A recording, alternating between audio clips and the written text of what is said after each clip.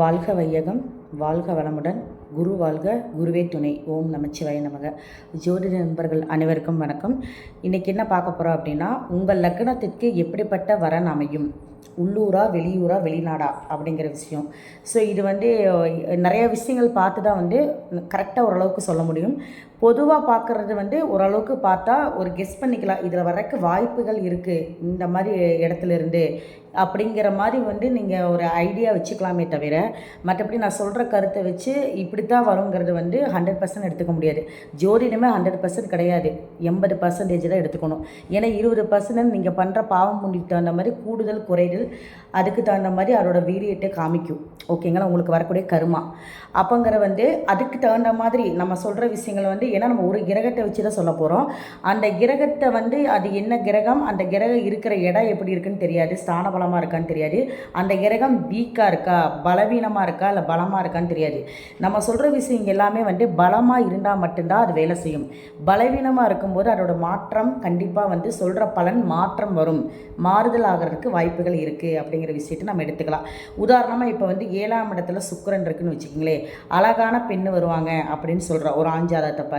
இது அந்த 7ஆம் இடத்துல சுக்கிரன் நீசமாக இருக்குது அப்படின்னா, அழகு அப்படிங்கிறத நம்ம நிறத்தையோ இல்லை லட்சணத்தையோ குறிப்பிடுறது ஒரு பக்கம் இருந்தாலும் கூட, அதையும் தாண்டி அவங்கக்கிட்ட பார்க்குறதுக்கு லட்சணம் வரும், ஆனால் நிறம் குறைவாக இருக்கும் அப்படிங்கிற விஷயத்தை அந்த சுக்கிரன் உங்களுக்கு நீசமானாலோ வக்ரமானாலோ இதில் ஒரு மாறுதல் வரும்.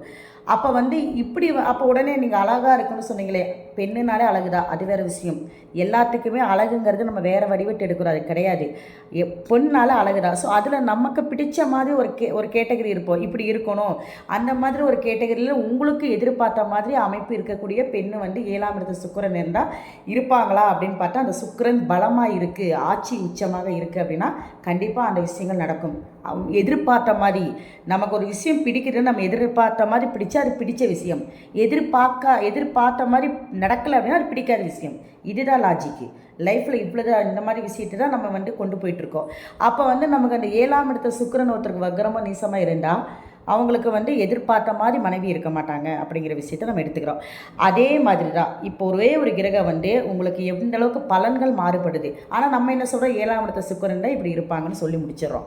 அந்த மாதிரி அந்த சுக்கிரன் என்ன சாரம் வாங்கியிருக்கு, அது என்ன டிகிரியில் இருக்குது, அதே மாதிரி அந்த சுக்கிரனை பாவகிரகங்கள் பார்க்குதா இல்லை பாவிகள்னால் அது பலம் இழந்திருக்கா, ராகு கேது தொடர்போட பலம் இழந்திருக்கா, இல்லை பாதகாதிபதி இல்லை உங்களுக்கு இந்த அஷ்டமாதிபதியோட சேர்ந்துருக்கா, இதையெல்லாம் பார்த்து தான் இல்லை சூரியனோட அஸ்தங்கமாக இருக்கா, இதையெல்லாம் பார்த்துட்டு அதோட தரத்தை நிரூபிக்க முடியும். அந்த தரத்தை நம்ம பலத்தை ஓகே இது இந்த அளவுக்கு உங்களுக்கு பலமாக இருக்குது. ஸோ ஆட்சியாகி அஸ்தங்கமானாலும் சுக்கிரன் பலம்தான்.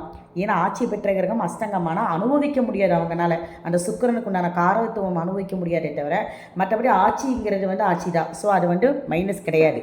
அந்த மாதிரி நிறைய விஷயங்கள் பார்க்கப்படணும். அப்படி இருக்கும் பட்சத்தில் நான் சொல்கிற விஷயத்தை வச்சு இப்படி தான் அப்படிங்கிறது ஒரு 60% வேணால் நீங்கள் எடுத்துக்கலாமே தவிர, அதில் அந்த கிரகத்தோட பலம் பலவீனத்தை பொறுத்து கண்டிப்பாக மாறுபடும் அப்படிங்கிற விஷயத்தை தான் நம்ம சொல்கிறோம். உதாரணமாக பார்த்தோம் அப்படின்னா, இப்போ ஒருத்தருக்கு தனுசு லக்னம் எடுத்துக்கிங்களே, அவங்களுக்கு 7ஆம் அதிபதி புதன். அந்த புதன் விருச்சிகத்தில் இருக்குது அப்படின்னா நம்ம என்ன நினைப்போம், விருச்சிகத்தில் நீர் வீட்டில் நீராசியில் இருக்குது. அப்போ பொதுவாக கடல் பக்கத்தில் இருக்கிற ஆறு பக்கத்தில் அந்த மாதிரி ஒட்டின மாதிரி அந்த இடத்த தாண்டி ஒரு ஊர் இருக்கும், அந்த ஊரில் இருக்கலாம், நான் அந்த இடத்த தாண்டி ஒரு 2 கிலோமீட்டர் 3 கிலோமீட்டரில் இருப்பாங்க அப்படிங்கிற மாதிரி ஒரு கெஸ்ஸிங் சொன்னாலும் கூட அந்த புதன் நல்லா இருக்கான்னு பார்க்கணும். ஆனால் அதே ஜாதகருக்கு உங்களுக்கு கிட்டத்தட்ட பார்த்தீங்க அப்படின்னா ஒரு 1/2 hour 1 hour போகக்கூடிய தூரத்துலேயே வரன் அமைஞ்சிருக்கு. அதுக்கு என்ன காரணம் அப்படின்னா, அந்த புதன் அஸ்தங்கமாயிருச்சு ஒன்று சூரியனோட, சரிங்களா. அப்போ அஸ்தங்கமாகி இருக்கிறப்ப அதோட வீரியம் குறைஞ்சி கிடக்குது. இன்னொரு விஷயம் என்ன பார்த்தா, புதன் 12 லக்னத்துக்கு 12 மறைஞ்சிட்டாரு. அப்போ நம்ம இந்த கான்செப்டை மட்டும் பலமாக இருந்தால் தான் அது பேசும், பலமே இல்லாமல் இருக்கிறப்போ அதோட பலத்தை நம்ம சொல்ல முடியாது. அப்போ அது வாங்கின சாரம் எங்கே இருக்குன்னு பார்க்கணும். அந்த சாரநாதன் உங்களுக்கு 3ஆம் இடத்துல இருக்கும் பட்சத்தில், 3ஆம் இடம்ங்கிறது குறுகிய வட்டம் அப்படிங்கிறப்ப ரொம்ப தூரம் இல்லாமல் ஓரளவுக்கு இருக்கக்கூடிய அண்மையிலேயே இருக்கக்கூடிய இடமா இருக்குன்னு சொல்லலாம். போயிட்டு வர்றதுக்கு ஒரு 1/2 அன் இருக்கும். அந்த அளவுக்கு இருக்கக்கூடிய இடத்துலையே வந்து உங்களுக்கு பொண்ணு கிடச்சிரும், மாப்பிள்ளை கிடச்சிரும், 1 மணி நேரம் அப்படிங்கிற தூர அளவு தான் இருக்கும் அப்படிங்கிற மாதிரி நம்ம எடுத்துக்கிறோம். ஸோ அந்த சாரநாதன் வந்து அந்த இடத்துல பேசுது. ஏன்னா கிரக பலவீனமானாலும் சாரநாதன் எந்த இடத்துல இருக்குது அதையும் பார்க்கணும். ஸோ இதையெல்லாம் பார்த்து தான் வந்து அந்த கிரகத்தோட அமைப்பு வச்சு நம்ம உங்களுக்கு உள்ளூரா வெளியூரா வெளிநாடா இந்த சாரநாதன் பலமாக இருக்கா பலவீனமாக இருக்கா அதையும் பார்க்கணும். இன்னொன்று அது வாங்கின சாரநாதன் வந்து என்ன டிகிரியில் இருக்கார் அந்த விஷயத்தையும் பார்த்து தான் வந்து என்ன கிரகத்தை தொடப்போது எவ்வளோ தூரம் தொடர்புடையது 7ஆம் இடத்துக்கும் அந்த கிரகத்துக்கும் இதையெல்லாம் பார்த்து தான் வந்து ஓரளவுக்கு மேக்ஸிமம் சொல்ல முடியும். சரிங்களா? ஸோ அப்படி பார்க்கும்போது வந்து இப்போ வந்து சப்ஜெக்டில் என்னென்னு பார்த்தோம்னா உங்கள் லக்னத்துக்கு எந்த லக்னமாக இருக்கட்டும் உங்களுக்கு வரக்கூடிய 7ஆம் அதிபதி வந்து எங்கே இருக்காங்கன்னு பாருங்கள். ஸோ 7ஆம் அதிபதி வந்து லக்னத்திலேயே இருக்குது அப்படின்னா கண்டிப்பாக வந்து உங்களுக்கு தெரிந்தவங்களாக இருப்பாங்க, இல்லை உங்களை தேடி வருவாங்க அப்படிங்கிற விஷயம் நிறையா இதில் சொல்லியிருக்கேன் நான். தெரிந்தவங்களாக இருக்கிற விட தேடி வருவாங்க. உங்களுக்கு மாப்பிள்ளை உங்கள் பொன் வீடாக இருந்தால் மாப்பிள்ளை தேடி வரும், பையன் வீடாக பொண்ணு தேடி வரும். சரிங்களா? ஸோ தேடி வர்றது வந்து உங்களுக்கு வந்து அவங்க ஏதோ ஒரு வகையில் வந்து பழக்க வழக்கமாக இருப்பாங்க. வேலையில் தெரிஞ்சவங்களாக இருப்பாங்க, இல்லை அக்கம் பக்கத்தில் தெரிஞ்சவங்களாக இருப்பாங்க. அந்த மாதிரி அந்த இடத்துல இருந்து தான் வருவாங்க. நமக்கு இப்போ கான்செப்ட் என்ன, உள்ளூரா வெளியூரா? மோஸ்ட்லி உள்ளூராக இருக்கிறக்கிட்ட வாய்ப்பு.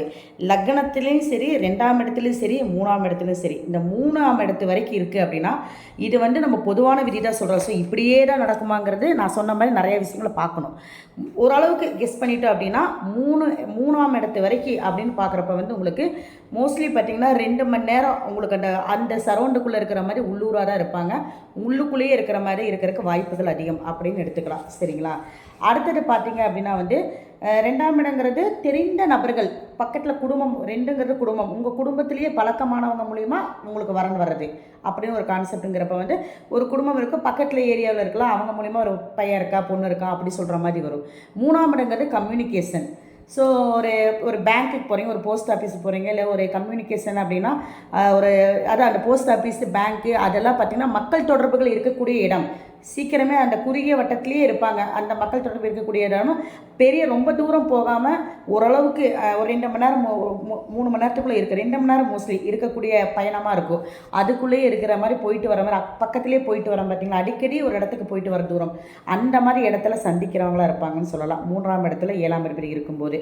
ஓகேங்க. இதில் இன்னொரு விஷயத்தை தனியாகவே நான் போட்டிருந்தேன், சகோதரர் அது உறவுகள் மூலிமா வர்றது அது வேறு, நமக்கு தேவை உள்ளூராக வெளியேறும் அந்த கான்செப்ட் பார்க்குறப்போ. இதில் வந்து அடுத்து 4ஆம் இடம், 4ஆம் இடம், 5ஆம் இடம், 6ஆம் இடம். இந்த 4ஆம் இடங்கிறது வந்து அம்மாவளி. ஸோ அம்மாவளி சொந்தக்காரங்க அப்படிங்கிறப்ப வந்து சொந்தத்து மூலிமா வந்துடும். அதில் வந்து அதுவும் உங்களுக்கு வந்து மோஸ்ட்லி ஓரளவுக்கு பக்கத்துலேயே தான் இருக்கிற மாதிரி வரும், ரொம்ப தூரமாலாம் வராது 4ஆம் இடம்ங்கிறது. ஓகேங்களா? 5ஆம் இடங்கிறது சொல்கிறது வந்து பார்த்திங்க அப்படின்னா பூர்வீகம், கொஞ்சம் தூரமாக உங்களோட பூர்வீகத்துக்கு உங்களுக்கு எவ்வளோ தூரம் தொடர்பு இருக்குது, அந்த தொட்டு அங்கிருந்து வருவாங்க அப்படிங்கிற விஷயத்தை எடுத்துக்கலாம். இன்னொரு விஷயம் காதல்ங்கிற விஷயம் அந்த இடத்துல இருக்குது. அப்போது உங்களுக்கு தெரிந்த நபர்கள் வந்து எப்படின்னா பக்கத்தில் தான் இருப்பாங்க, பழக்க வழக்கமாகி லவ் பண்ணி கல்யாணம் பண்ணுறது. அப்போ அவங்க கூடயே இருக்கிறவங்க வந்து லவ் பண்ணுறவங்க இருப்பாங்க. இதில் இன்னொருத்தர் பார்த்துருக்கீங்கன்னா இன்னொரு வகையில் பார்த்துருப்பீங்க, எப்படின்னா அவங்க வந்து ஊரில் இருப்பாங்க, பூர்வீகத்தில் இருப்பாங்க. இப்போ அப்பப்போ திருவிழாவுக்கு போகிறது, விசேஷத்துக்கு கோயில் விசேஷத்துக்கு போயிட்டு மீட் பண்ணிட்டு வருவாங்க. அந்த மாதிரி வர்ற காதல் இருக்குது. அதெல்லாம் பார்த்திங்கன்னா 5ஆம் இடம் பூர்வீகத்தில் வந்து லவ் வந்து அப்படி வந்து கல்யாணம் பண்ணுறது, அந்த மாதிரிலாம் பார்த்திங்கன்னா பூர்வீகம் எவ்வளோ தூரம் இருக்கோ அது வந்து உங்களுக்கு உள்ளூர் கணக்காக வெளியூர் கணக்காக அந்த டிஸ்டன்ஸ் நீங்கள் இது எடுத்துக்கலாம். சரிங்களா? அடுத்தது 6 உங்களுக்கு ஓரளவுக்கு தூரம் வந்துடும் அடுத்த லெவலுக்கு போகிறப்போ. 6, 7 இது வந்து உங்களுக்கு மோஸ்ட்லி 1 நாள் ஆயிரும் போயிட்டு வர்றதுக்கு, அரை நாள் போயிட்டு வர்றதுக்கு 1 நாள் அந்த கணக்கு நீங்கள் எடுத்துக்கலாம். 6ஆம் இடங்கிறது தூரம் தான் வரும். 7ஆம் இடத்துல வந்து உங்களுக்கு 7ஆம் இடத்து அதிபதியே இருக்குது அப்படின்னாலும் உங்கள் சொந்தத்தில் தெரிஞ்சவங்க அப்படிங்கிற விஷயம் வரும், சொந்தம். அதே மாதிரி 7ங்கிறது வந்து பார்ட்னர், உறவுகள், அதன் மூலியமாக தெரியவங்களா இருப்பாங்க. ஆனால் பார்த்தீங்கன்னா தூரம் வந்து உங்களுக்கு போயிட்டு வர தூரம் 1 நாள் அப்படி கணக்கு வர்றதுக்கு வாய்ப்புகள் இருக்குது அப்படிங்கிற விஷயத்தை எடுத்துக்கலாம். அதுக்கப்புறம் பார்த்தீங்கன்னா 8, 9 8ஆம் இடம்னு சொல்கிறாலும் அதுவும் வெளியூர் தான் வரும். 9ங்கிறப்ப வந்து உங்களுக்கு என்னென்னா அப்பா வகை சொந்தம்னு ஒரு பக்கம் வருது. இன்னொன்று பார்த்தீங்கன்னா வெளியூர் கண்டிப்பாக வந்துடும். உயர்கல்வினாலே அது வெளியே. அது 9ஆம் இடத்துல வந்து எப்பவுமே 5 குடையர் 9ல் இருந்தாவோ, இல்லை உங்களுக்கு 4 குடையரில் 9ல் இருக்குது அப்படின்னு வச்சுக்கிங்களே, வெளியூர் போய் படிக்கிறது. இல்லை ஒரு சில பேர்லாம் பார்த்திங்கன்னா வந்து அந்த 10வது படிக்கிறது 9வது படிக்கிறப்ப ஹாஸ்டலில் போய் வெளியூரில் தங்கி படிக்க வைப்பாங்க. அவங்களுக்குலாம் அந்த 4ஆம் இடத்து கிரகம் வந்து பார்த்திங்கன்னா வந்து 9ஆம் இடத்துல இருக்கும். அதே மாதிரி காலேஜுக்கு வெளியே போய் படிக்கிறவங்களாம் பார்த்தீங்கன்னா வந்து 5ஆம் இடத்து அதிபதி வந்து 9ல் இருக்கும். ஸோ இவங்களாம் வெளியூரில் போய் படிக்கிறவங்க. அதே மாதிரி வரணும் பார்த்தீங்கன்னா 7க்குடையவர். நம்ம எப்படி அந்த காரகத்துவத்தை எடுத்துக்கிறோம் பாவத்தை, அதே தான் நம்ம இந்த காரகத்தை எடுத்துக்கிறோம்.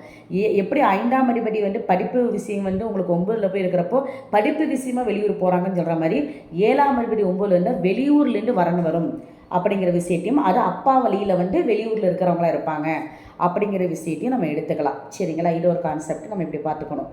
அடுத்தது பார்த்திங்க அப்படின்னா வந்து வெளியூர்னு ஒரு பக்கம்னால பாகியமான அமைப்புடைய ஒரு வரன் வரும் அப்படிங்கிற விஷயத்தையும் நீங்கள் எடுத்துக்கலாம். ஒரு பேர் புகழோடு இருப்பாங்க, அவங்களோட வீடு வந்து வெளியே பார்த்தா அந்த ஏரியாவில் சொல்கிற மாதிரி இருக்கும் அப்படிங்கிற விஷயத்த வந்து சொல்லிக்கலாம். சரிங்களா? அடுத்தது 10 உங்களுக்கு வேலை செய்கிற இடம்னு ஒரு பொதுவாக நம்ம சொல்கிறோம். வேலை செய்கிற இடத்துல தெரியும், தொழில் பண்ணுற இடத்துல தெரியும்னு சொல்லலாம். 6ஆம் இடமும் அந்த கான்செப்ட் ஒரு வகையில் வரும். பட் வந்து தூர அளவு பார்க்குறப்ப அது வந்து உங்களுக்கு கொஞ்சம் வெளியே தான் வரும். 10ஆம் இடமும் வந்து உங்களுக்கு வந்து 9, 10 வந்து வர்றதுக்கு ஒரு நாள், போகிறதுக்கு ஒரு நாள், அந்த அளவுக்கு வந்துடும் வெளியூர். இந்த 10, 9, 10, 11 இந்த 3 கான்செப்டும் அப்படி வந்துடும். 9, 10, 11 இருக்குது அப்படின்னா வரதுக்கு ஒரு நாள், போகிறக்கு ஒரு நாள், அந்த மாதிரி தூரமாக இருப்பாங்க. அதாவது வந்து பாஷைகள் வந்து 11ஆம் இடம்னா பார்த்திங்கன்னா பாஷைகள் வேறு பாஷை பேசுகிற இடம், வட மாநிலம் இதெல்லாம் சொல்கிற பார்த்திங்கன்னா இதெல்லாமே 11ஆம் இடம் வரும்.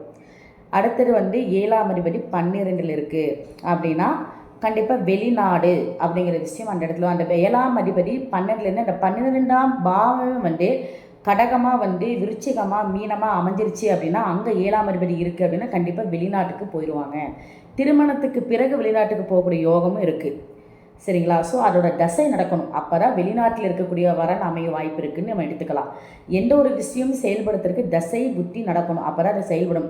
ரொம்ப நாளைக்கு இருப்பாங்களா? ஆனால் நீண்ட கால தசையாக இருந்துச்சு அப்படின்னா ரொம்ப நாளைக்கு இருப்பாங்க. வெளிநாட்டுக்கு அமையக்கூடிய திசை இருக்குது அப்படின்னா ரொம்ப நாள் இருக்கக்கூடிய சுக்கிர திசை 20 வருஷம் இருக்குது அப்படின்னா அது எந்த அளவுக்கு அந்த ஆதிபத்தியம் 10 வருஷம் பார்த்து பிரியுது. அதில் வந்து மீனத்திலேயோ இல்லை கடகத்திலேயோ விருச்சிகத்திலேயோ அந்த கிரகம் இருக்குது. 7ஆம் அதிபதி 12ஆம் பாவமாக வந்து 12ஆம் பாவத்தில் வந்து வந்து உங்களுக்கு தசை நடத்தினா கண்டிப்பாக வெளிநாட்டு மாப்பிள்ளை அந்த மாதிரி இல்லை அந்த பொண்ணு வந்து கல்யாணம் பண்ணி வெளிநாட்டில் செட்டில் ஆவாங்க அப்படிங்கிற விஷயத்தை நம்ம எடுத்துக்கலாம். அட்லீஸ்ட் அவங்க வெளியூர்லாவது இருந்துட்டு அந்த தசை முடிவுக்குள்ளாவது வெளிநாட்டுக்கு போயிட்டு வந்துடுவாங்க. ஒரு 2 வருஷமாவது இருந்துட்டு வந்துடுவாங்க. அதோட அமைப்பு வந்துடும்னு எடுத்துக்கலாம். சரிங்களா? ஸோ இப்படி தான் நம்ம வந்து வரன் பார்க்கணும். ஓகேங்களா? இது வந்து பொதுவான விதி தான் சொல்லியிருக்கேன். நான் சொன்ன மாதிரி அந்த சாரநாதனை பார்க்கணும். இந்த சொன்ன கிரகம் இருக்கப்பட்ட 7ஆம் இடத்தின்படி 12ல் இருக்க அத்தனை பேருமே வெளிநாட்டு வரன் வந்து சொல்ல முடியாது. ஏன்னா அது பலமாக இருக்கா பலவீனமாக இருக்கா, ராகு கேதுவோட கிரகணத்தில் இருக்கா, அது எந்த அளவுக்கு இருக்குதுன்னு பார்த்து தான். ஒரு கிரகம் பலமாக இருந்தாலும் அது வேலையே செய்யும். பலம் இல்லை அப்படின்னா அது அந்தளவுக்கு செயல்பாடு செய்யாது. சரிங்களா? அது வாங்கிய சாரநாதன் எப்படி இருக்காருன்னு பார்க்கணும். இதையெல்லாம் பார்த்து தான் கரெக்டாக சொல்ல முடியும். ஸோ ஓரளவுக்கு கான்செப்ட் இது ஒத்து வரும் அப்படிங்கிற விஷயத்தை எடுத்துக்கலாம். இதில் இன்னொரு கான்செப்ட் இருக்குது எப்படின்னா சரராசி, சிரராசி, உபயராசி இப்படியும் ஒரு கணக்கு இருக்குது. இது எப்படின்னா சரராசின்னு பார்த்தாலே உங்களுக்கு வந்து மேசம், கடகம், துலாம், மகரம் இது வந்துடும். இது எப்படின்னு பார்த்தீங்கன்னா உங்கள் மாவட்டத்திலிருந்து அடுத்த மாவட்டத்துக்குள்ளே இதில் வந்து 7ஆம் அதிபதி இருந்துச்சு அப்படின்னா உங்கள் சரராசிலேயே வந்து உங்கள் 7ஆம் அதிபதி அமர்ந்து நான் சொன்ன இடத்துல இருக்குது, ராசியில் இருக்குது அப்படின்னா அதில் சரராசிகள். இதில் 7ஆம் அதிபதி இருக்குது அப்படின்னா உங்கள் பிறந்த மாவட்டத்தில் இருந்து அடுத்த மாவட்டத்தில் ஒரு மாப்பிள்ளையோ பொண்ணோ கிடைக்கிற மாதிரி அமைப்பு இருக்குது அப்படிங்கிற விஷயத்தை எடுத்துக்கலாம். 2வது கான்செப்ட் என்னென்னு பார்த்தீங்கன்னா ஸ்திரராசி. இது வந்து ஸ்திரராசி உங்களுக்கு மோஸ்ட்லி தெரியும். ஏன்னா அது வந்து ரிஷபம், அடுத்தது வந்து சிம்மம் இந்த மாதிரி கணக்கு போட்டு வரும். விருச்சிகம் இந்த மாதிரி வரும், கும்பம் இதெல்லாம் ஸ்திரராசி. இந்த ஸ்திரராசியில் இருக்குது 7ஆம் அதிபதி அப்படின்னா உங்களுக்கு வந்து ஒரே மாவட்டத்தில் மேக்ஸிமம் ஒரு 50 கிலோமீட்ரு, ஒரே மாவட்டத்துக்குள்ள ஒரு 50 கிலோமீட்டருக்குள்ளேயே வந்து பொண்ணு மாப்பிள்ளை இருக்கிற மாதிரி ஊர் அமைஞ்சிரும், இருப்பிடம் அமையும் அப்படிங்கிற விஷயத்தையும் இருக்குது. இது வந்து இந்த வகையில் பார்த்தாலும் இது ஓரளவுக்கு கரெக்டாகவே வருது இப்படி பார்க்குறப்ப கூட. ஓகேங்களா? ஸோ பார்க்குற விதம் நிறையா இருக்குது ஜோதிடத்தில். நமக்கு எது கான்செப்ட் கரெக்டாக வருது அப்படியோ அது ஒரு நம்ம எடுத்துகிட்டு போக வேண்டியதான். ஓகேங்களா? ஸோ நீங்கள் இப்படியும் செக் பண்ணுங்கள், அந்த வகையிலையும் செக் பண்ணி பாருங்கன்னு சொல்ல வரேன். புரியுதுங்களா? அப்புறம் அடுத்தது பார்த்தீங்க அப்படின்னா உபயராசி காரண ராசி. உங்களுக்கு சொல்ல வேண்டிய மிதுனம், கன்னி, தனுசு, மீனம். ஓகேங்களா? ஸோ இந்த உபயராசியாக இருக்குது அப்படின்னா உங்களுக்கு அதில் வந்து வெளியூர் மோஸ்ட்லி வர்றதுக்கு, வெளியூர் வெளிநாடு இதெல்லாமே அங்கே அந்த மாதிரி அமையறதுக்கு வாய்ப்புகள் இருக்குது அப்படிங்கிற விஷயங்களும் இருக்குது. வெளியூரில் இருந்து மாப்பிள்ளையோ பொண்ணோ வருவாங்க அப்படிங்கிற மாதிரி கான்செப்ட் அப்படின்னு எடுத்துக்கலாம். சரிங்களா?